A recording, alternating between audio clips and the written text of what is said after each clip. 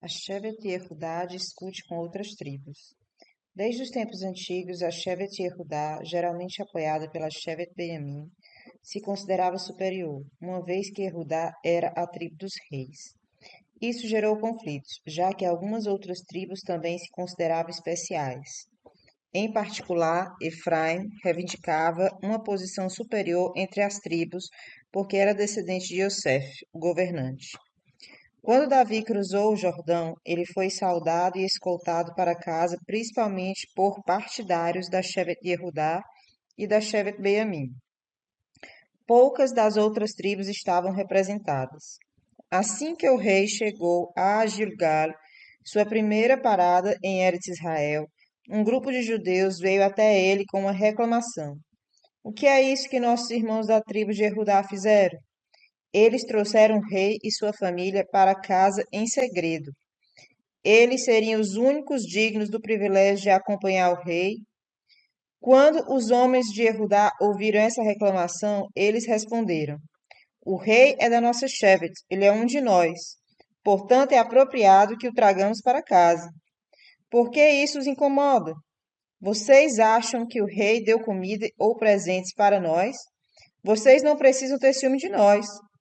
Os homens das outras tribos temiam que o rei tivesse um relacionamento mais íntimo com a Shevet de Yehudá do que com eles, e que ele favorecesse mais essa Shevet, essa tribo. Eles, portanto, argumentaram: mesmo que não sejamos parentes próximos do rei, nós o apreciamos mais do que vocês. Além disso, somos 10 vezes o seu número. Não fomos nós os primeiros a decidir trazer Davi de volta? Vocês não, vocês são o que ele teve que se aproximar por meio de mensageiros. Portanto, deveria ter sido nosso privilégio acompanhar o rei para casa. A verdade doeu. Os membros da Shevet Yehudá ficaram profundamente envergonhados com a dolorosa lembrança de como haviam realmente abandonado Davi na hora crítica e seguido Absalão. Argumentos furiosos voaram de um lado para o outro até que uma luta amarga se seguiu. O rei estava com medo de tomar partido, então ficou fora disso. Isso incomodou os membros das 10 tribos, que achavam que Davi deveria ser mais rígido com a Shevet Yehudá. De repente, eles não estavam mais emocionados com o retorno de Davi ao trono. Não demorou muito para que eles se rebelassem novamente contra ele. No entanto, dessa vez, a Shevet de Yehudá permaneceu firmemente leal a Davi. Sheva ben Birri incita uma nova rebelião. Davi ainda estava em Gilgal, a caminho de Jerusalém, quando um novo problema começou. Sheva ben Rivi, um rachá da Shevet Benjamim, descaradamente proclamou para qualquer um que quisesse ouvir: quem precisa de Davi? Podemos nos virar muito bem sem ele. Vamos voltar para casa e esquecer esse rei. Sheva ben Birri desejava persuadir Bnei Israel a aceitá-lo como rei. Ele teve uma visão profética que era um tanto obscura, mas da qual deduziu que um dia governaria. Na verdade, a profecia se referia a um descendente seu, Eravan ben Navat. Quando Sheva ben Birri tocou o chofar para anunciar que uma rebelião contra Davi estava em andamento, todas as tribos, exceto Yehudá, estavam considerando apoiá-lo. Elas estavam zangadas porque Davi não as defendeu em sua recente discussão com a Shevet Yehudá, e concluíram que ele favorecia a Shevet Yehudá em detrimento das outras. Apenas a Shevet Yehudá permaneceu leal a Davi. O comportamento de Bnei Israel foi imperdoável. Davi era o rei judeu ungido pelo profeta Samuel por ordem de Hashem. Uma rebelião contra ele era comparável a uma rebelião contra Hashem. Hashem estava tão zangado com a deslealdade de Bnei Israel que ele decretou o futuro exílio ali mesmo. Davi nomeia Amassa para liderar suas tropas. Davi estava ansioso para suprimir a rebelião imediatamente, antes que ela saísse do controle. Dessa vez, ele não chamou o general Joabe, pois ainda estava zangado por ele ter matado Absalão. Portanto, Davi chamou o general Amassa. Devemos mobilizar nossas forças e eliminar Sheva ben-Bihri e seus seguidores. Disse o rei para Amasa: Por favor, convoque todos os homens elegíveis da Shevet Yehudá para esse propósito. Esteja pronto para o combate em 3 dias, pois não devemos dar a Sheva a vantagem do tempo para ele se organizar melhor. Amasa viajou para o território da Shevet Yehudá para convocar os soldados. Ele os encontrou ocupados estudando Torá. Eles tinham acabado de começar um novo tópico da lei oral. Amasa pensou: não é certo interromper a sessão de estudo. Eu sei que a ordem do rei é importante, mas a ordem de Hashem certamente prevalece. Assim que eles terminarem o tema, eu ordenarei a eles que se juntem ao exército. Amasa agiu corretamente. A Torá quer que ignoremos a ordem de um rei judeu se ela contradiz a Torá. Davi esperou impacientemente que Amasa voltasse com as tropas, mas 3 dias se passaram e o general não estava à vista. Voltando-se para o irmão de Joabe, Abishai, o rei ordenou: Temo que sofremos mais com Sheva do que com Absalom. Por favor, chame qualquer soldado que você encontrar localmente, porque temos que expulsar Sheva. Se ele conseguir escapar para uma cidade fortificada, ele estará seguro e não teremos a menor chance contra ele. Abishai reuniu tropas dos bairros de Jerusalém. Ele foi acompanhado por seu irmão Joabe e seus homens. Embora o rei não tenha consultado Joabe, ele desejava contribuir para a causa de Davi. Os arqueiros e heróis de guerra de Davi também ofereceram sua ajuda. Joabe mata Amasa. Joabe e suas tropas estavam viajando pela terra da Shevet Benjamim. Ao se aproximarem de uma grande rocha, que era um marco famoso, eles viram Amasa se aproximando deles. Joabe considerou que Amasa era um traidor, merecendo a pena capital, por não ter cumprido a ordem do rei de organizar o exército em 3 dias. Mesmo agora, ele parece não ter pressa, pensou Joabe, porque ele ainda está na terra de Benjamim nesse momento crítico. É possível que Joabe também tivesse outros motivos pessoais para desejar acabar com a vida de Amasa. Talvez ele estivesse com raiva porque Davi perdoou Amasa por ter ficado do lado de Absalom, indo tão longe a ponto de nomear Amasa como general-chefe no lugar de Joabe. Mesmo que a intenção de Joabe fosse Lechem Shammai, em nome dos céus, ele não tinha o direito de resolver o problema com as próprias mãos. Ele deveria ter trazido Amasa perante Sanhedrin. Em vez disso, Joabe decidiu enganar Amasa. Ele tocou sua espada embainhada na posição horizontal, de modo que provavelmente cairia no chão. Quando os dois generais se encontraram, a espada de Joabe realmente escorregou de sua bainha, caindo no chão. Joabe fingiu ser muito amigável com Amasa. Ele perguntou: Como você está, meu querido parente Amasa? Então ele agarrou a barba de Amasa com a mão direita, como se fosse beijá-lo. Enquanto isso, ele furtivamente pegou sua espada com a mão esquerda e, antes que Amasa percebesse o que estava acontecendo, Joabe cravou a espada na quinta costela de Amasa. Amasa morreu instantaneamente. Não sabemos por que um Talmid Chacham como Amasa sofreu uma morte tão terrível. Certamente isso ajudou a expiar sua lealdade a Absalom contra Davi. Joabe deixou o cadáver no chão, pois estava com pressa para chegar a Sheva ben-Bihri. A vergonha de não ser enterrado imediatamente também ajudou a expiar quaisquer pecados que Amasa possa ter cometido. As tropas de Davi passaram pelo cadáver do general Amasa deitado em uma poça de seu próprio sangue. Eles pararam e olharam, chocados com esse terrível crime que havia sido cometido tão cruelmente. Um dos servos de Joabe, que por acaso estava parado perto do cadáver, pediu aos soldados: Quem for leal a Joabe e Davi deve seguir Joabe. Não adiantou muito, pois os soldados não conseguiram se desviar da visão do homem morto. Em seguida, o servo removeu o cadáver de Amasa do caminho, após o que ele o cobriu. Só então a perseguição de Sheva ben-Bihri foi retomada. O rei ficou profundamente pesaroso quando soube da trágica morte de Amasa. No entanto, ele não chorou por ele nem se dirigiu ao público como fez quando Abner foi assassinado. Davi estava ocupado tentando suprimir a rebelião de Sheba ben-Bikri. Ele também temia que as notícias do terrível crime de Joabe fizessem com que as pessoas ficassem ainda mais contra ele. Uma mulher sábia reprova Joabe.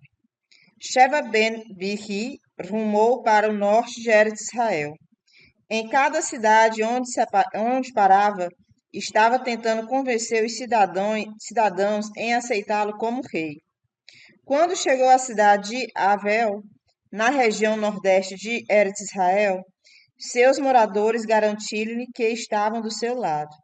Eles o convidaram a se sentir seguro dentro de suas duas muralhas, pois havia relatos das tropas de Joabe seguindo os passos de Sheba. Logo após a chegada de Sheba à cidade, os soldados do general Joabe também chegaram. Eles imediatamente começaram a construir uma rampa perto da muralha externa, que lhes permitia quebrá-la. Esse objetivo foi alcançado e os soldados se prepararam para demolir a muralha interna menor. Depois disso, planejaram destruir toda a cidade junto com o rebelde que ela abrigava. Antes de conseguirem destruir completamente a muralha interna, os soldados de Joabe se assustaram ao ver uma velha enrugada no topo da muralha. Ela gritava: Atenção, atenção! Tenho algo a dizer ao general Joabe. Por favor, chame-no para que eu possa falar com ele. Em respeito a essa velha senhora judia, os soldados declararam cessar fogo. Em seguida, eles trouxeram seu general para a muralha. Você é o famoso Joabe, um dos sábios membros do Sanhedrin, que é como um pai para o povo judeu? Ela perguntou a ele. Sim, senhora, sou eu, respondeu Joabe.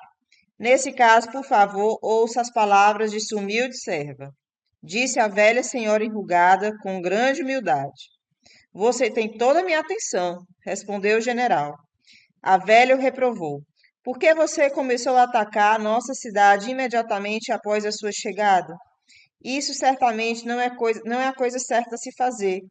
A Torá diz que, mesmo quando o exército judeu ataca uma cidade não judia, deve primeiro dar aos seus residentes a escolha de fazer a paz. Certamente, então, você deveria ter feito isso com a nossa cidade, Avel. Podemos ser pequenos em número, mas somos muito mais queridos por Hashem do que uma cidade grande que está vazia de Torá. Avel está cheia de estudiosos da Torá. Hashem valoriza e protege uma cidade como a nossa. Você se atreveria a destruí-la ainda assim? Você não pararia por um momento para considerar suas ações antes de matar entre seus residentes uma velha avó judia como eu? Onde está sua misericórdia, Joabe? Seu nome contém a palavra meu pai. Por que você deve agir como um pai para os seus companheiros judeus? Em vez disso, você age como um assassino sem coração. O que aconteceu com as instruções do rei Davi sobre uma oferta de paz antes de atacar qualquer cidade? O rei é considerado um erudito de Torá. Ele sabe melhor do que ninguém. Os residentes dessa cidade sempre foram amantes da paz e leais ao rei. Não tenho dúvida de que você terá sucesso com uma abordagem pacífica. O Midrash nos conta. Quem era essa velha senhora? Quando os residentes de Avel viram o perigo de ter que enfrentar o exército de Joabe em batalha, decidiram que alguém deveria negociar com o general. Talvez derramamento de sangue inocente pudesse ser evitado aqui. Entre os numerosos Talmidei Chachamim na cidade, nenhum era mais sábio do que a velha. É por isso que ela foi escolhida para negociar com Joabe. O general Joabe percebeu que estava lidando com uma mulher excepcional. Ela era sábia e corajosa. Quem é você para se atrever a falar assim comigo? Ele perguntou. Ela respondeu: Minha idade avançada me permite reprovar tanto você quanto o rei. Eu sou a filha de Asher ben Yaakov. Meu nome é Serach, e eu nasci quando os filhos e netos de Jacob estavam entrando no Egito. Bnei Israel precisavam de 70 almas para sobreviver ao exílio egípcio. Comigo, seu número chegou a 70. Além disso, se não fosse por mim, Bnei Israel não poderiam ter deixado o Egito. Eles prometeram levar os ossos de Yosef com eles para Eretz Israel. Quando não conseguiram encontrar o caixão de Yosef, fui eu quem ajudou Moshe Rabbeinu a encontrá-lo. Espero ser aquela que mereceu salvar a cidade de Avel da destruição, assim como eu tive o mérito de contribuir para a redenção de Bnei Israel no Egito. Agora Joabe entendeu por que a mulher era tão especial. Ela era uma sobrevivente da geração dos sagrados patriarcas. Ela havia falado pessoalmente com Jacó e José e Moisés. Sera tinha mais de 800 anos agora. Ela mereceu uma vida extraordinariamente longa por ter anunciado ao seu avô Jacó: seu filho José vive. Por causa da alegria que ela lhe causou, seu avô a abençoou. Que você viva para sempre. Como podemos ver nesse Midrash, Sera ainda estava milagrosamente viva durante o reinado do rei Davi. De acordo com nossos sábios, Sera nunca morreu. Ela entrou no Ganeda enquanto vivia, de alguma forma. A mulher sábia salva a cidade da destruição. Joabe respondeu à velha: longe de mim ou do rei destruir uma preciosa cidade judaica. Não tínhamos a escolha nesse caso. Soubemos que os moradores dessa cidade estão abrigando o traidor Sheva ben Birri, que se rebelou contra o rei. Sua afirmação de que os residentes são leais ao rei é falsa. No entanto, como sei que apenas Sheva é verdadeiramente culpado, enquanto os outros foram apenas persuadidos a segui-lo, tenho uma proposta para você. Se você entregá-lo para nós, partirei imediatamente com meu exército. A mulher ficou maravilhada. A cabeça dele logo será jogada para você por cima do muro. Ele merece morrer por se rebelar contra o rei ungido de Hashem. Ela respondeu: enquanto eu discuto isso com meus co-cidadãos, pare o ataque. Tenho certeza de que Hashem cuidará para que Sheva ben Birri receba a punição merecida por seus pecados. Joabe concordou. Ele confiava que a mulher sábia levaria o assunto a uma conclusão pacífica. Seu trabalho não foi fácil. Na verdade, os residentes de Avel prometeram proteger Sheva ben Birri. Eles simpatizaram com ele. Não estavam dispostos a matá-lo. Mas a sábia senhora arquitetou um plano. Quando voltou para seus co-cidadãos, ela lhe disse: o rei Davi falou que há 1000 líderes dessa rebelião entre nós. Joabe está pedindo que entreguemos esses 1000 homens a ele, e depois ele partirá. Vocês sabem que não temos a chance contra o exército de Joabe. Ela continuou: se vocês forem teimosos e recusarem, todos morrerão no final. É muito melhor vocês aceitarem essa oferta, por mais terrível que possa parecer. Os moradores discutiram a situação. Eles finalmente concordaram com a condição de Joabe. Decidiu-se que cada família abriria mão de algum de seus membros proporcionalmente ao seu tamanho para salvar o restante. Um momento, a mulher aconselhou: deixe-me informar Joabe sobre a decisão de vocês. Talvez eu possa fazer com que ele se comprometa. Ela fingiu encontrar Joabe, enquanto na realidade apenas ficou perto da muralha da cidade. Então ela voltou com a resposta de Joabe. Ela anunciou: Joabe disse que na verdade todos os traidores merecem morrer, mas ele concorda em nos deixar em paz se entregarmos a ele 500 homens, aqueles que originalmente iniciaram a rebelião nessa cidade. O povo ficou muito aliviado e concordou sinceramente. Sera prometeu que ela negociaria novamente com o general. Mais uma vez, ela se retirou para a muralha da cidade. Dessa vez, ela voltou com a boa notícia de que o general estava disposto a deixar a cidade em paz em troca de apenas 100 pessoas. Depois que todos concordaram, Sera informou que ela havia barganhado com o general para apenas 10 rebeldes.